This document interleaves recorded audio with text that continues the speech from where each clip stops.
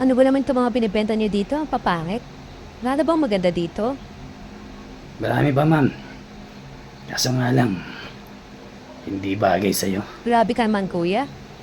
Ang pangit naman dito para mas okay pa yung mga damit sa Uvay. Ikaw, Bakit po, kuya? di doon ka bumili sa ukay. Huwag ka dito. Talaga, ang pangit-pangit naman ang mga damit nyo.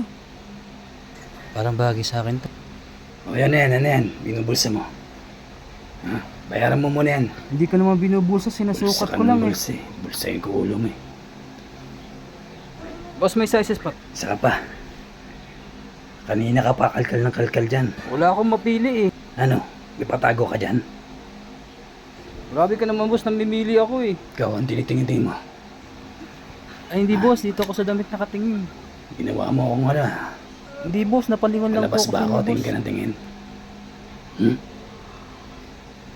Pumili lang kayo dyan ha. Sige po. Wala ba mag-assist dito? Ano?